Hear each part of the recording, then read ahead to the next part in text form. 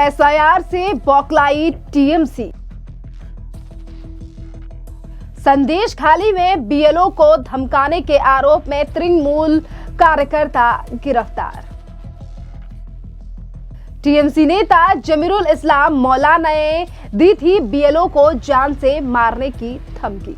SIR की शुरुआत पश्चिम बंगाल में हो चुकी है, जहां एक तरफ राज्य की मुख्यमंत्री एसआईआर को रोकने के लिए पहले ही सुप्रीम कोर्ट से लेकर चुनाव आयोग को लिख चुकी है पत्र, तो वहीं दूसरी तरफ अब टीएमसी के नेता कार्यकर्ताओं की लगातार बौखलाहट सामने आ रही है इस एसआईआर को लेकर। जी हां, और अब इसी बीच बड़ा एक्शन भी लिया गया है टीएमसी के कार्यकर्ता जमीरुल इस्लाम के ऊपर। जी हां, दरअसल आपके लिए बता दें कि पुलिस ने एक बूथ लेवल ऑफिसर बीएलओ को धमकाने के आरोप में अब टीएमसी वर्कर को गिरफ्तार कर लिया गया है, क्योंकि टीएमसी के वर्कर ने बीएलओ को जान से मारने की धमकी दी है। देखिए, जहां एक तरफ एसआईआर के डर से लगातार अवैध बांग्लादेशी पश्चिम बंगाल को छोड़कर बॉर्डर पर पहुंच रहे हैं, अपने देश जा रहे हैं, बांग्लादेश म्यांमार जा रहे हैं, तो वहीं दूसरी तरफ इन अवैध बांग्लादेशियों को नहीं भेजना चाहती है टीएमसी और उनके तमाम कार्यकर्ता, जिन्हें इनसे वोट मिलता है, और शायद इसीलिए ये तमाम चीजें की जा रही हैं। दरअसल आपके लिए बता दें कि पश्चिम बंगाल के नॉर्थ परगना के संदेश खली में गिरफ्तार किए गए व्यक्ति का नाम जमीरुल इस्लाम है, और जमीरुल इस्लाम टीएमसी का छोटा नेता है, यानी कि कार्यकर्ता भी आप कह सकते हैं।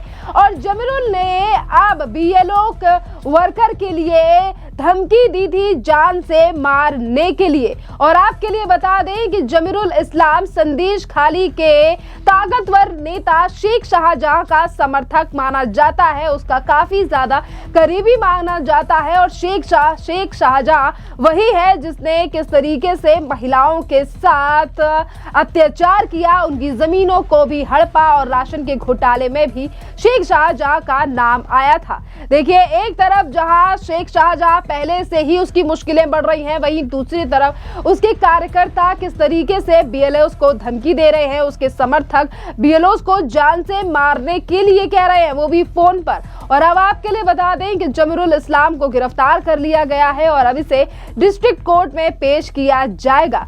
और आपके लिए बता दें कि इस पूरे मामले की जानकारी दी गई कि किस तरीके से बीएलओ दीपक महतो, यानी कि जो संदेश खली ब्लॉक ए बूथ नंबर 3 पर एसआईआर के लिए काम कर रहे हैं, जिस तरीके से चुनाव आयोग के द्वारा कई 100 बीएलओ को नियुक्त किया गया है पश्चिम बंगाल में, कि वो घर घर जाकर फॉर्म बांट रहे हैं, लोग उनसे फॉर्म ले रहे हैं, और फॉर्म में तमाम जानकारी एसआईआर को लेकर भरी जा रही है। आरोप है कि फॉर्म बांटने से लेकर फॉर्म जमा करने की डिजिटल प्रक्रिया के काम के दौरान उन्हें बार बार धमकाया गया और चेतावनी दी गई। दीपक महतो ने आरोप लगाया कि वो उस बूथ से कई मरे हुए वोटरों के नाम हटाने की कोशिश कर रहे थे।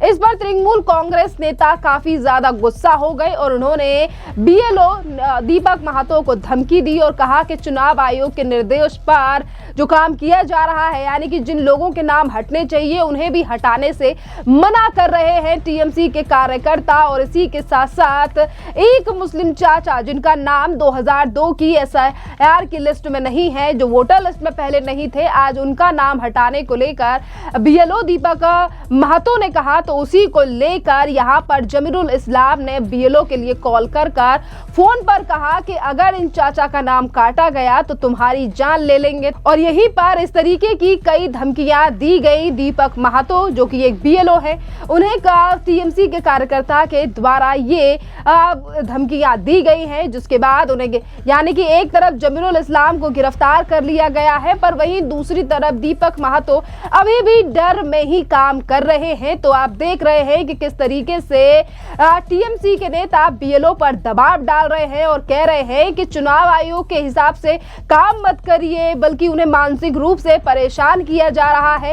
एक तरफ ममता बनर्जी की पार्टी के लोग ये कह रहे हैं कि हम एसआईआर के खिलाफ नहीं है, हम चाहते हैं कि एसआईआर के लिए टाइम मिलना चाहिए, पर वहीं दूसरी तरफ किस तरीके से ममता बनर्जी के पार्टी के ही समर्थक आज बीएलओ को तंग कर रहे हैं और उन्हें एक सही तरीके से काम करने भी नहीं दे रहे हैं। इसी के साथ साथ आपके लिए बता दें कि इस पूरे मामले को लेकर बशीरहाट जिला तृणमूल कांग्रेस के जो सेक्रेटरी हैं बुलबुल रहमान ने कहा है मामले की जांच होनी चाहिए, लेकिन मैं ये कह सकता हूं कि कुछ बीएलओ बहुत ही ज्यादा एक्टिव हैं, उनका टारगेट आम लोगों को परेशान करना है, कुछ बीजेपी की एजेंट की तरह काम कर रहे हैं। अगर उन्हें कुछ समझ नहीं आता है तो वो कहते हैं कि इससे वोटर डर जाते हैं और उस समय जब वोटर इलाके में काम कर रहे हैं तो तृणमूल जो कार्यकर्ता हैं वो लगातार बीएलओ के ऊपर दबाव बना रहे हैं।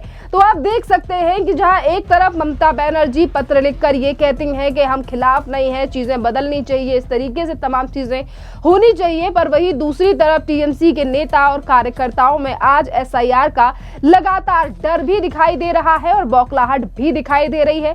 खैर, यहाँ पर टीएमसी के जो कार्यकर्ता है उस पर एक्शन ले लिया गया है, उसे गिरफ्तार कर लिया गया है और इसी बीच एसआईआर का लगातार विरोध कर रही ममता बनर्जी पर भारतीय जनता पार्टी के नेता और एमपी अभिजीत गांगुली का भी बयान सामने आया है और उन्होंने कहा है कि ममता बनर्जी के बयानों को सीरियस नहीं लेना चाहिए। सुनिए अभिजीत गांगुली का ये बयान। एसआर लेके प्रभाव फैल रहा है, उसमें कुछ कहना चाहेंगे सर? ममता बनर्जी कह रही है कि निर्वाचन अध्यक्ष एसआर को प्रभावित कर रहा है, इस सिलसिले में कुछ कहना चाहेंगे? कौन प्रभावित कर रहा है? निर्वाचन कमीशन कर रहा है, ममता बनर्जी ने बोला सर। ममता बनर्जी बहुत आल फाल बकता है, हाँ सर। कोई मीनिंग नहीं है, मीनिंगलेस बात करता है। तो उनको हर बात को सीरियसली नहीं लेना चाहिए, क्योंकि उनका बात most of the words baseless. इसीलिए निर्वाचन कमीशन को चिट्ठी दिया है एसआर स्थगित करने के लिए, क्या कहेंगे? हाँ, क्या निर्वाचन कमीशन को एप्लीकेशन किया है एसआर को स्थगित करने के लिए सर। वो तो बहुत बात करेगा, क्योंकि एसआईआर में जो फॉल्स